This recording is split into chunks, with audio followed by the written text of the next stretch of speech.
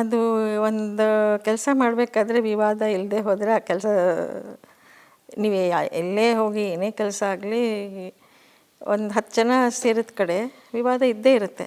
ಅದು ವಿವಾದ ಅಂತ ನಾವು ತೊಗೊಳ್ಳೋ ಬದಲು ಅದು ಹೇಗೆ ತುಗಿಸ್ಬೇಕೋ ತುಗಿಸ್ಕೊಂಡು ಹೋದರೆ ಆಯ್ತು ಅಷ್ಟೆ.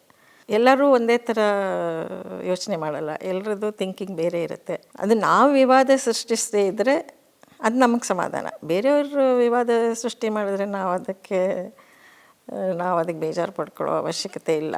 ಒಂದೊಂದು ಸತಿ ಏನಾಗುತ್ತೆ, ಬೇಜಾರಿಗಿಂತ ಹೆಚ್ಚಾಗಿ ಸ್ವಲ್ಪ ಪ್ರವೋಕ್ ಆಗುತ್ತೆ. ಆ ಪ್ರವೋಕ್ ಆದಾಗಲೂ ಸುಮ್ಮನೆ ಇರ್ತೀವಿ, ತೀರಾ ಪ್ರವೋಕ್ ಆದಾಗ ಎಲ್ಲೋ ಒಂದು ಕಡೆ ರಿಯಾಕ್ಟ್ ಮಾಡ್ತೀವಿ ಅಷ್ಟೆ.